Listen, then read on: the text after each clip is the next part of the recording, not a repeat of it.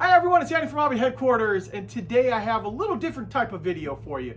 Today I'm going to show you a look at all of the 16 scale model collection I have, all the model kits I've built up over the years, and most of them, I'd say about 90% of them are completed. Some of them need some weathering or a little bit of things here and there, but I'll explain that as I show you the different pieces. But what we're going to do today is just take a look at all of my 16 scale model collection. So let's get started.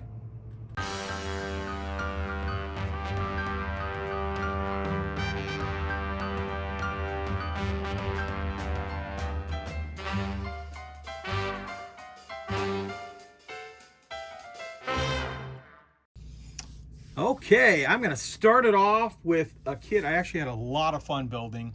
This is the TACOM 16th scale Panzer I A. A great little kit to put together, easy to put together tracks, and also it came in a North African marking, which I love to do North African markings. The early German stuff like that had usually a gray paint undertone, and the paint was prone to chipping. Once they got it to North Africa, they painted it with this desert yellow color, but it would chip and wear, and then you can really do a lot of nice weathering effects on that, and that's what I did right here.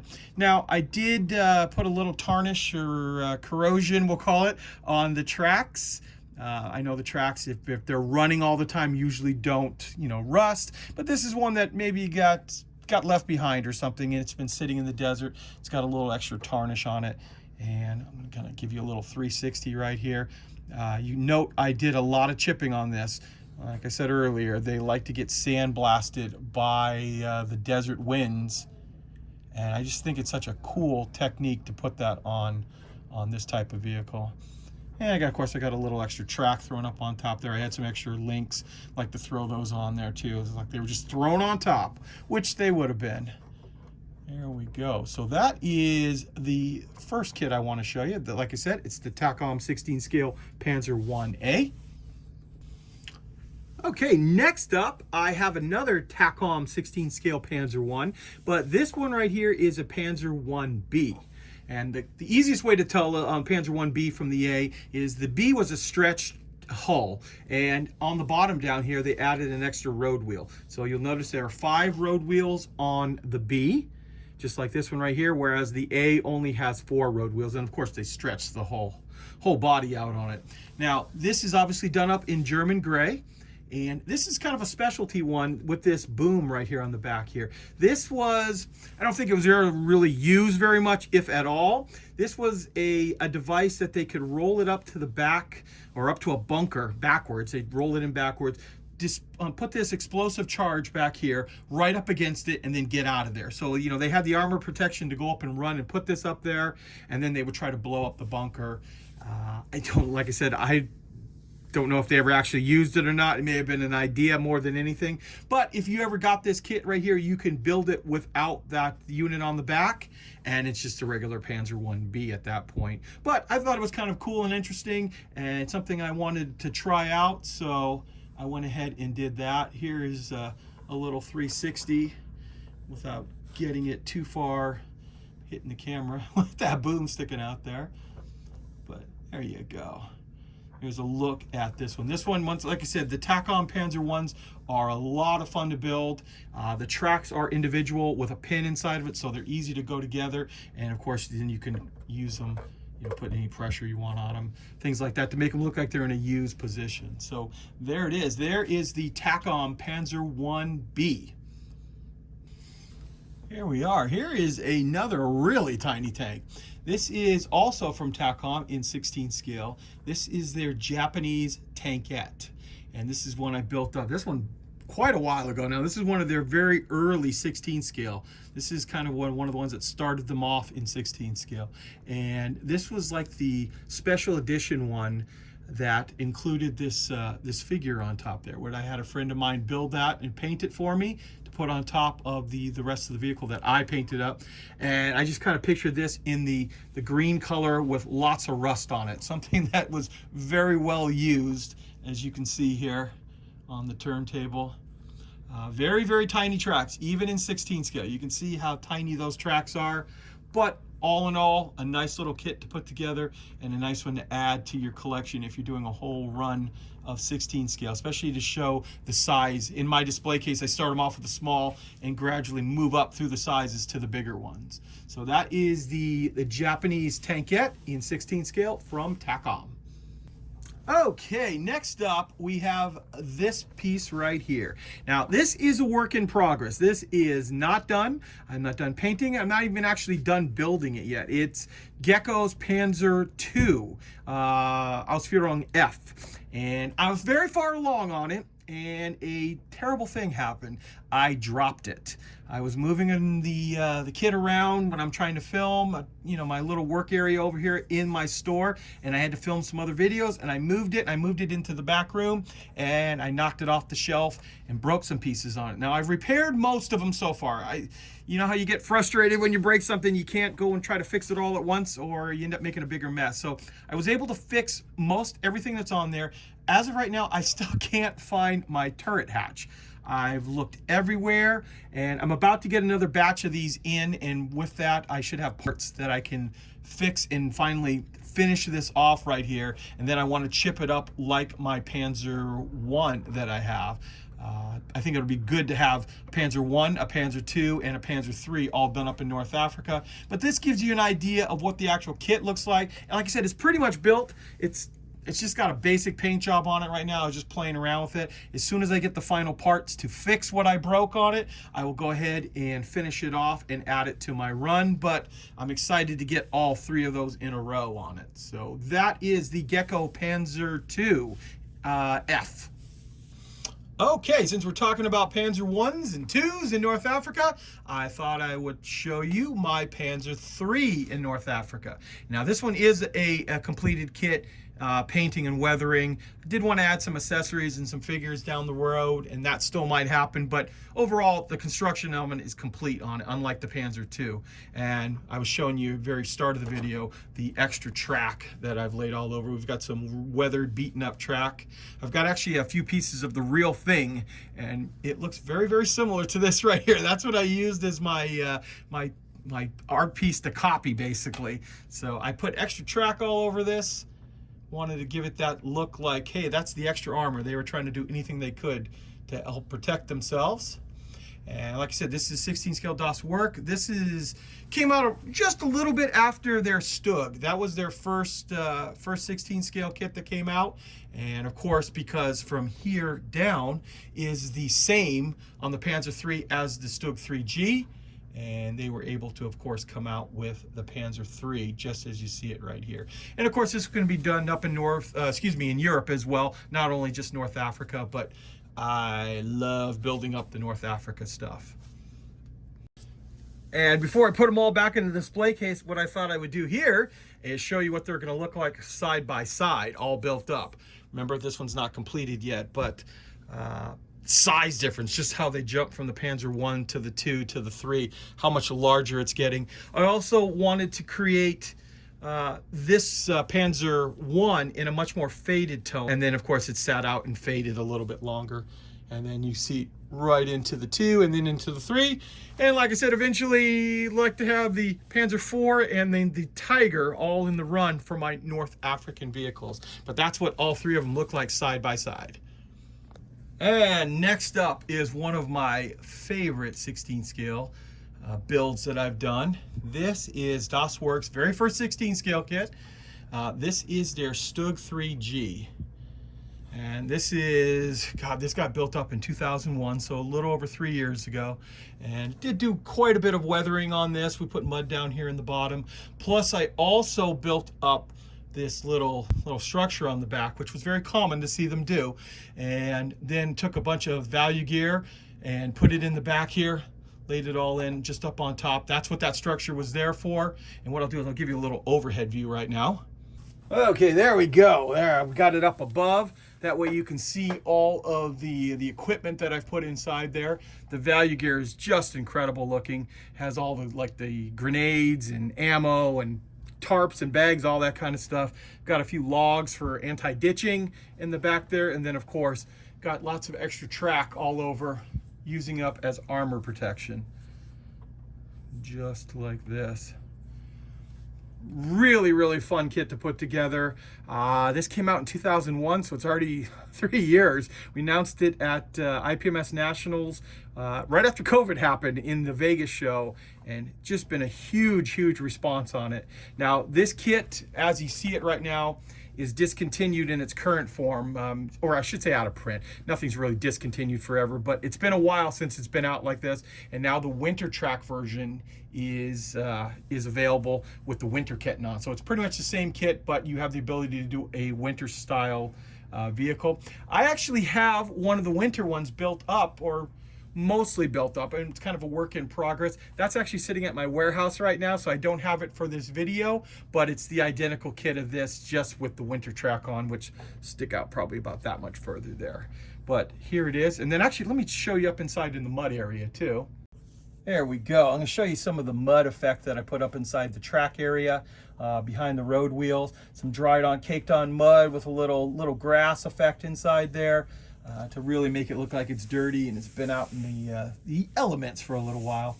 But I have to say, I was involved very early on in this kit. Obviously, the owner of Das Werk is a very good friend of mine, and I've built quite a few of these in prototype stage, helping go through all the different things on it, and very happy with this kit. It's one of my favorite kits, outside of my own stuff right there. We have to say Andy's Hobby Headquarters are my favorite kits, but seriously, no, this is one of my favorite kits, and I love displaying this one, and this is one that I'm very proud of and love having it on my display case. Very nice. The Das Werk 16 scale Stug III G. And here is one of, well, I'm going to say one of my favorites because it's actually my kit. This is the Andy's Hobby Headquarters Tiger 1 Early.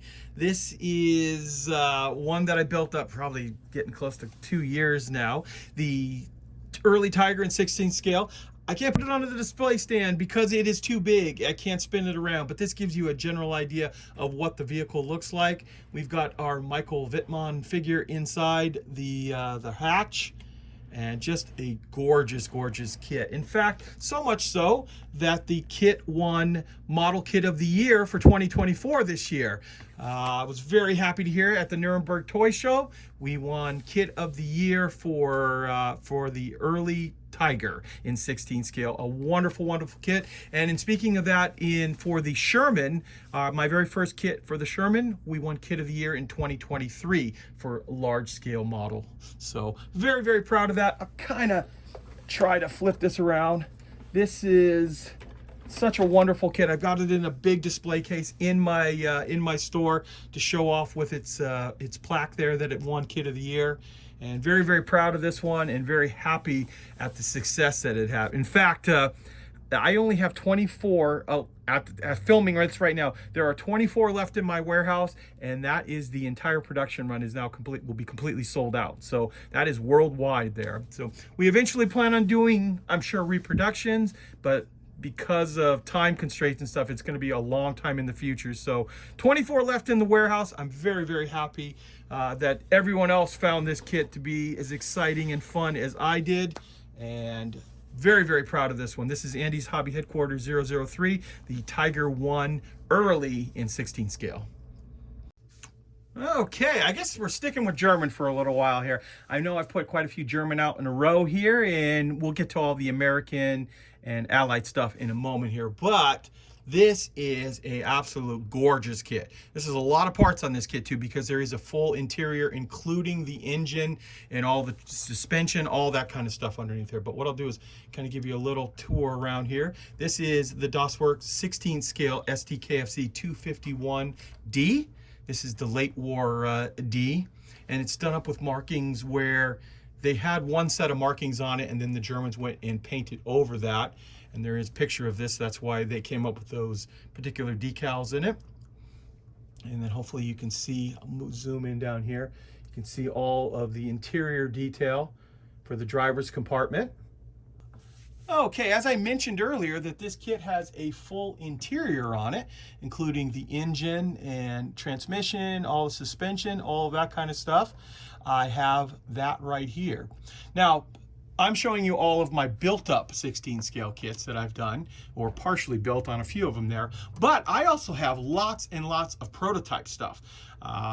I get a lot of early manufacturer prototypes to let me see. Like this was an early one before the final molds were done. So this is why it's done up in gray. But you can just see the amount of detail that was in this kit. Look at the engine itself there, all of that transmission. Just an incredible. And all of this stuff is inside that other kit I built up. In fact, I made it so the floorboards can come out. It's very easy, just don't glue them in, and you can pull it out and you can see all this. So I painted all of this stuff, and if you want to see the build video I did on it, you can see how I painted it all up. But just look at the detail that is inside this kit. Absolutely incredible. Wonderful, wonderful detail inside. And this is the inside of the SD.KFZ 251D from Das Werk in 16 scale. Okay, here's another German vehicle. Now, this is a early prototype of the SD.KFZ 234/4, or excuse me, 2, SD.KFZ 234/2. This is the Puma from Das Werk in 16 scale. And as I said earlier, I get many of the prototypes in that I get to work on and experiment with. This one, I actually just decided to go ahead, even though it was a prototype, it doesn't have the welds and stuff on it, but I wanted to build it up. I wanted to see what it looked like built up and painted, and that is it right here. This was a very early on prototype, so there was changes made to the suspension, things like that. And here it is right here. So I built up the prototype and had a lot of fun doing it. Suspension is very difficult if you do the hard suspension. But what they did was, this is why the entire kit was delayed a little bit, was because we recommended that they also create a more simplified version of the suspension, that if you don't want to spend forever building it, you can have this version right here. So I'm in the process of doing a YouTube video, a build video of this. Here's what it looks like. The steering still can work on it. It's just vastly simplified and going to be a much quicker build for the average modeler than trying to put together. There was a lot of parts, let's just put it that way. So this is the more simplified version, and actually once you get it in there, all the steering will work. These little steering pieces right here will link up all 4 wheels together, and because this is 8-wheel steering on it, you got 4 in the front, 4 in the back, all of that will steer. And then it's just a matter, I need to go ahead and start finishing this up, which I've been working on slowly but surely. Just been a lot of other projects going on right now, so I will have this one out fairly soon. But this gives you an idea of what the SD.KFZ 234/2 Puma looks like from Das Werk, both the prototype and what the final model is going to look like suspension wise. Okay, now we can jump into some American stuff, and you are looking at right now a beautiful kit. This is the Takom 16 scale Willies Jeep, and wonderful inside, full engine detail. Every bit of this thing is just incredible. The steering works on it. It is a wonderful kit. Also, I have the Soul models, the Jeep trailer in the background of it there too. So that is a resin aftermarket kit that you can purchase, and if you want to, put it behind there, but don't have this on the turntable. But what a wonderful kit. All the photo etch for the straps, the tools. A really, really nice kit, and probably, I would have to say, probably one of the best selling 16 scale kits out there. The Jeep is just so iconic for American World War II, and it is really, really nice to have this in my collection. This came out now probably about 2.5 years ago. It is still available right now, although I know things are getting kind of low on it because it is sold out in 3 production runs. So it has done very, very well, and there still should be some in stock if you're interested in one, and I would highly recommend it. Like I said, you can do the engine detail. Show you what that looks like inside there. Just a very, very nice kit all the way around. And if you're doing American World War II, you kind of need one of these in your collection right there. So there it is. There is the Jeep from Takom in 16 scale. And speaking of American armor, here it is. This is, I'm gonna have to say, this is probably my favorite kit for a couple of reasons. First of all, it's a late war Sherman. Love the EZ8 Sherman. But this is my very first model kit that I produced. This is the Andy's Hobby Headquarters 16 scale M4A3E8 Sherman. And this was a project that worked on for over a year to get it developed and put into production, and did just an incredible job. The engineers that designed it, everything on it was absolutely beautiful. And here it is. This is one, it's quite a bit of a difference when you're building something that's got your name on it right there. And I absolutely loved putting this together. And also too, because it was my first kit, Denise is my wife, and Denise is one of the decal variants inside the kit.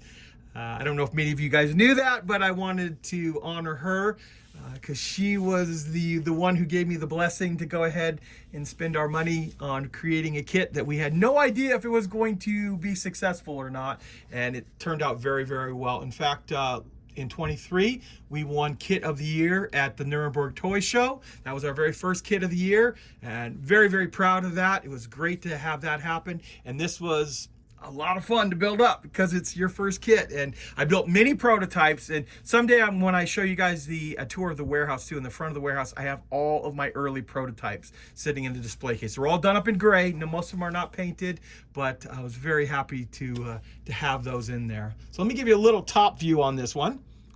Okay, here is the up above view. I also noticed too, I left the 50 cal machine gun off.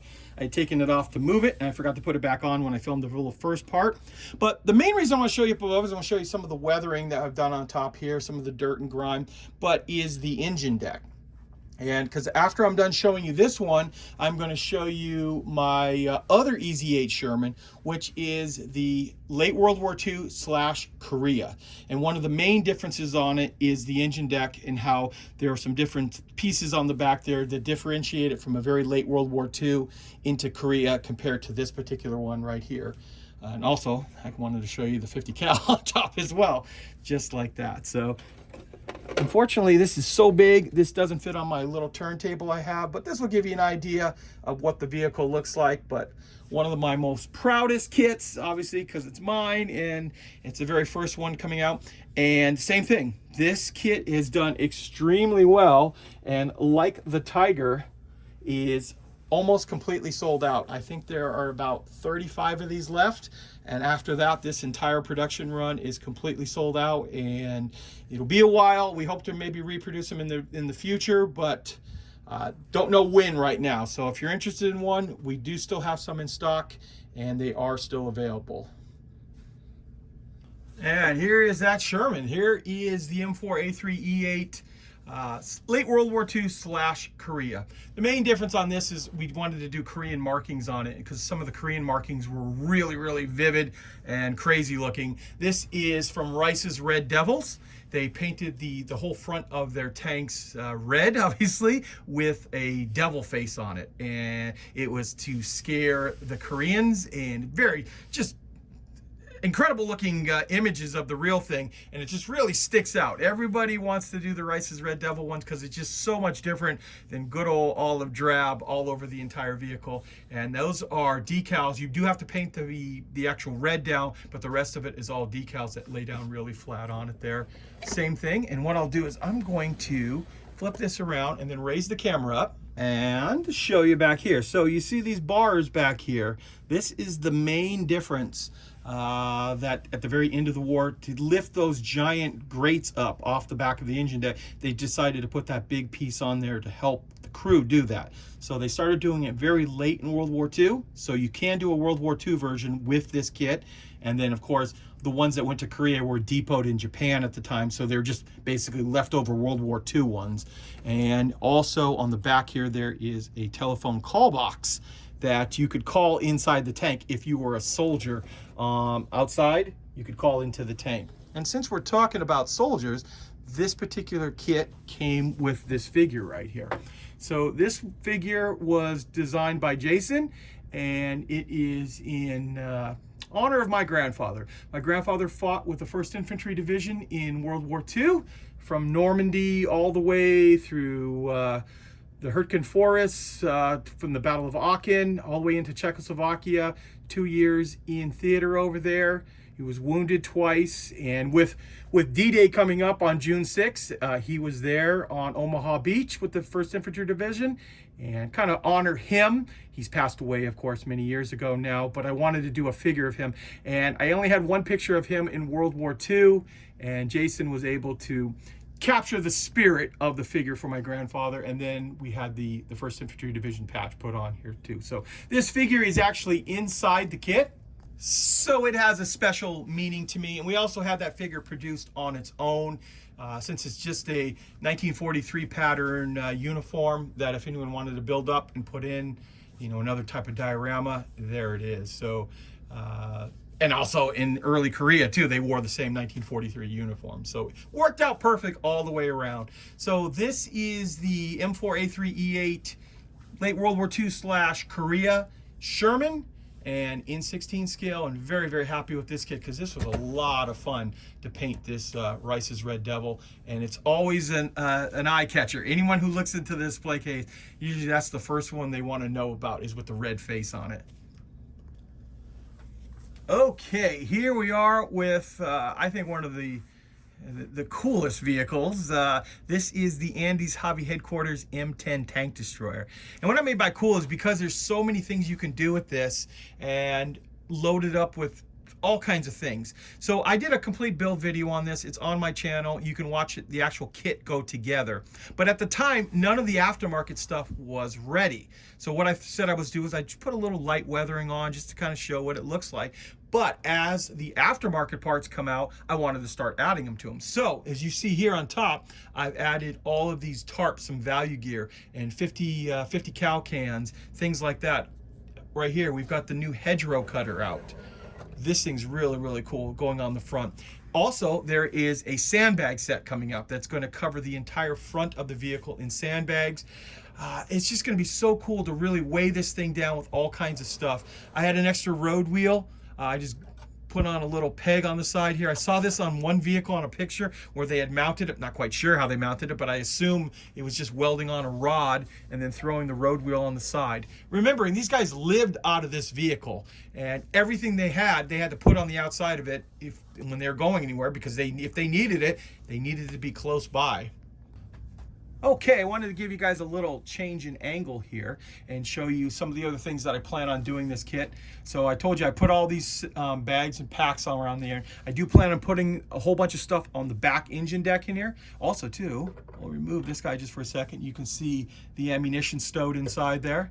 But this guy here is actually a figure out of my M8 Greyhound. Now the Greyhound guys wore tanker uniforms basically. So I just happened to put him in here one day, and he fits perfectly inside this vehicle. He looks like he's just the commander guy overlooking the top of just over the top of the turret here with his binoculars.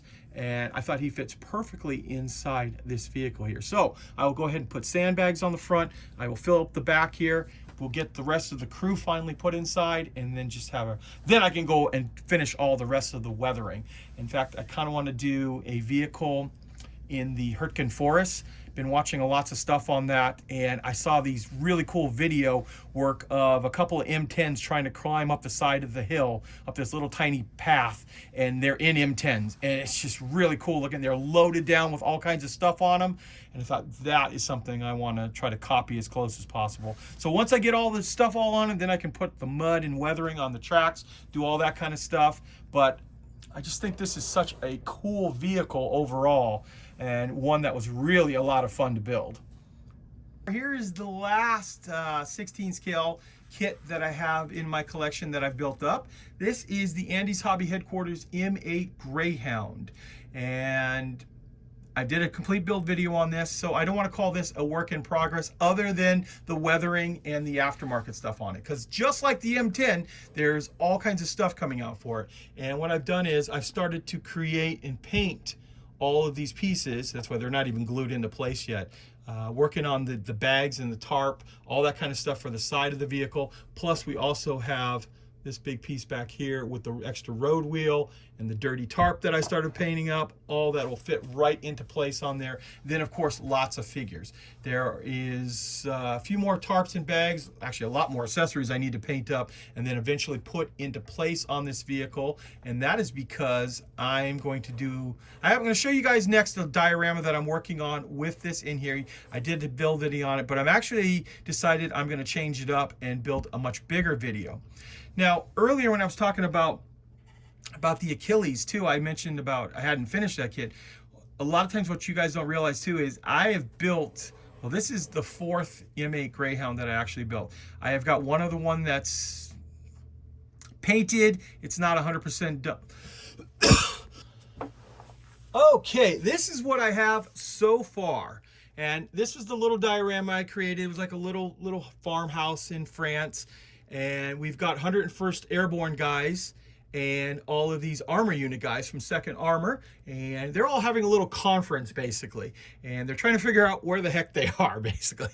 And I liked the idea, and I've had a friend of mine who paints absolutely spectacular figures. He has been painting up all of these figures for me, and I thought, well, I'm going to have a lot more figures. In fact, I will have the complete set of Jason figures all painted up soon too by him, that we can put a second M8 Greyhound. So I thought about creating a much bigger diorama, 2 of the vehicles, this big little powwow going on in front here where they're looking at the map, the compass, and they're all trying to figure out where they are, and having the 2 Greyhounds with all the crew, and maybe like a total of like 15, 16 guys all on this little diorama, painted up so beautifully. I just think it's just going to be so eye-catching. So that's what I'm kind of leaning towards now. I'll build up another M8 Greyhound, put all the guys inside of it, especially we've got one of the drivers that'll be coming out real soon, and I think it's just going to be a really cool vehicle and figure diorama. Maybe another little house in the background, maybe more field. I'm not sure about that yet,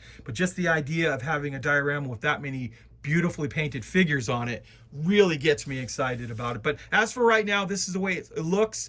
Love the figures. You can see the guys all standing around looking at the map. This one guy over here, we'll zoom in a little bit here, kind of rotate over. He's pointing the other direction like, hey, we need to be going this way. And just some beautiful work on the figures. And actually I can kind of rotate this guy a little bit. You can see he's got Brooklyn, New York, USA on his back of his jacket. That was another reason I put him on the ground, because he's got such a cool jacket. If I put him up in the turret up here, kind of hard to see at that point the nice detail graphics that are on the back. Pull back out. And what you're looking at right now is going to be my next complete build. This is the Andy's Hobby Headquarters 16 scale M113 A1/A1 ACAV. And from what I understand, the factory has told me that I should have a prototype very soon. And of course I will have all the parts too to build up those prototypes, and I will take you along on that journey as I get those in. I'll show you all the cool parts, and of course then it'll be up for pre-order as well. So there you go, guys. Oh, one other quick thing too. The 113, of course, has been announced, and stay tuned because my next kit will be announced very soon too. It's a little ways away, but we're almost at the point that we can make the announcement on it. So please stay tuned to the channel, and you'll be notified as soon as we make the big announcement. So there you go, guys. I want to take this opportunity to thank you as always for watching, and please stay tuned because I have many more videos coming.